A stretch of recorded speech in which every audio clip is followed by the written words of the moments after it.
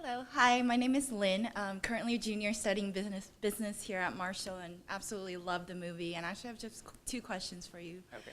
First question is that love the writing and love the music in the movie. But my third favorite thing about the movie is where you chose to shoot it, and a lot of it is just right here in downtown LA.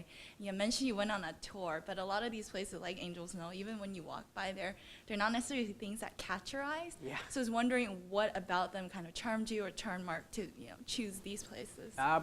Well, yeah, the bench, for example, when I first saw it, I was like, no way. Like, this has to be his favorite spot in the city. Like, it's gross.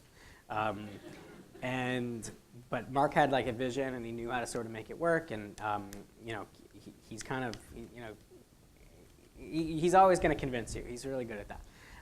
And so the conversation we had was about this character and why downtown made sense. And there was something about the fact that all he ever does is look into the past. He's not thinking about anything but how to make this thing that broke back, come back to life so we can have it again. Mark always says that they called it Broadway because they called it that for a reason. Like, that was going to be the center of town, and it was this, all these buildings were going up, and this was going to be the roaring, center of Los Angeles.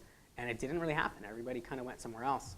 And doesn't that sort of relate to this guy and the way he thinks about things? And it sort of does. It did. And it totally convinced me.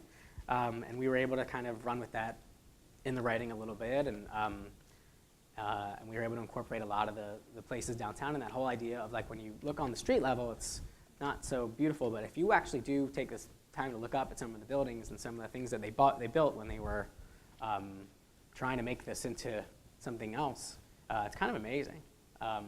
There's like a bunch of walking tours that you can do that are pretty cool. So I was just there yesterday. We filmed a lot of the TV thing down there too, and it's cool sometimes.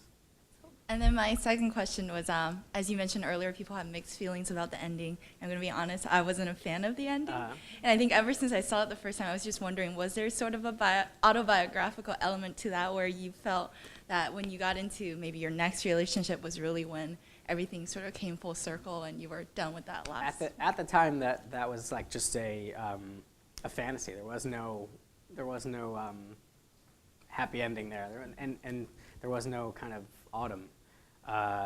But it was an idea that was very graduate-y to me. It was, oh good, he's found the happy ending, or uh-oh, he's going to screw it all up again. Like, has he learned anything? Has he not learned anything? And there's ways to watch it. And it's just an idea of the first time you watch it, you could see it this way, and then another time you watch it, you could be like, oh man, he's in for it again because he hasn't learned shit. And I just always like that kind of ambiguity at the end. I see. So that's why we did it. Thank you. Thanks. Sorry you didn't like the ending. Watch it again. It's pretty good.